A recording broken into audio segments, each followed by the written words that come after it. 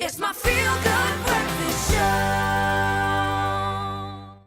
Well, guys, I don't want to kill the mood, but unfortunately, in the UN World Happiness Report for this year, South Africa is ranked number 113 out of 158 nations. So this means that we're clustered with Iran, the Ukraine, Ghana, and Zimbabwe with a score of around 4.6 out of a possible 10 in terms of happiness. But we're going to flip the coin on that. We've invited clinical psychologist Bradley Drake. Bradley, thanks so much for joining us. Thank you for having me. To chat about happiness and what it means to be an unhappy nation. The statistic made me a little unhappy. I'll have to say it is depressing. Come on. Yeah. What does this tell you about our nation at the moment? We understand there are some very relevant elements that could be impacting the way we feel about ourselves as individuals, but what do we make of a study like this and the fact that South Africa is so unhappy? Well, I'm not very familiar with what the study found other than the numbers. Yeah. But I suppose one of the factors that probably has a significant impact is the issue of expectation. Yeah. So, you know, human beings always tend to struggle more emotionally when our reality is not in line with what we're expecting it to be. Okay. And so I think, you know, perhaps 20 years plus down the line, from the end of apartheid, with all the changes that have been expected. There's a massive expectation. Certain changes that were perhaps not expected by certain sectors of the population, changes in the country. And I think, in reality, I think a lot of people are not satisfied with the reality of how our situation in South Africa is.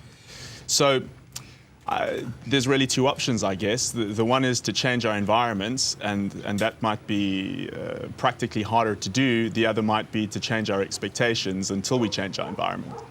Is it surely not finding a balance of the both? Because we do really want to have a positive impact on the world around us, but you also want to be able to dream. You want your children and the general population to be able to think of and dream of a better South Africa. At what point do we find that balance? When do we stop living in denial, so to speak? Well, a good colleague of mine once said, "How do you solve a problem that you believe should not exist?" So I think accepting that a problem exists doesn't mean giving up on it. Yeah. It just means that you become more creative about how you go about the problem-solving process when you've acknowledged and accepted that the situation is the way that it is, and it's not going to change right now. So whatever it is that people are dissatisfied or unhappy about, if they can come to terms with that, accept it without seeing that as a sign that they've given up, without judging it, yeah. Then I think we can become more creative at working on those things that desperately need our attention. Well, okay, so we've taken on board that we are ranked number 113 out of 148 nations or 58 nations. So what do we do as individuals on a daily basis? Can you give us one or two tips that we can do, that I can do when I wake up in the morning to make myself a happier person? Well, I mean, I think, you know, all the usual stuff in terms of looking after ourselves, looking after our bodies is important. Looking after our relationships is important. Getting outside and enjoying the country for what it has to offer.